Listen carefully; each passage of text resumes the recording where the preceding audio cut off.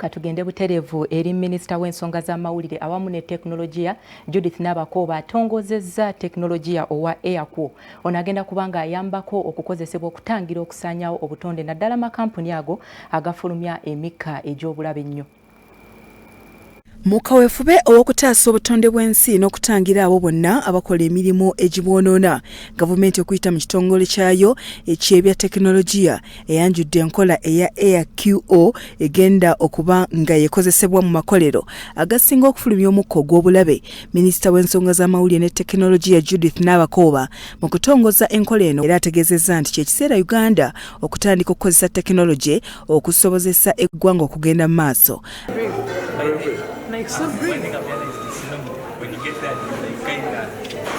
Tukitegeka nga tusinziira ku bituweereddwa kubanga data waabwe aba mutuufu, data aba scientific, ate era nga asobola okuyamba okumanya tusobodde kukola tutya biki.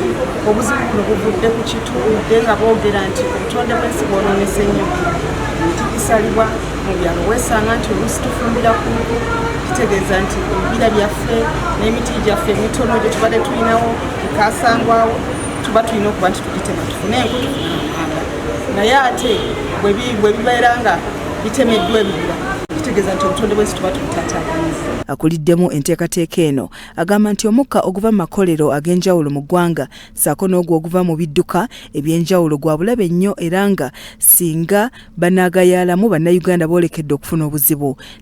And we are working with the communities to monitor air quality. So we identify community members, give them our air quality monitors, install them in their premises, and these monitors in real time, every 1.5 minutes, they send data to our system, which we are able to categorize, and then with live advisory information saying if air quality is in this range, it's good. If it's in this range, it's unhealthy. You need to take this precaution to minimize your exposure. Nabakooba asinzidde wano n'asaba bannayuganda okwasizako gavumenti ku nteekateeka eno kisobozese tekinologiya ono okubukala mu ggwanga.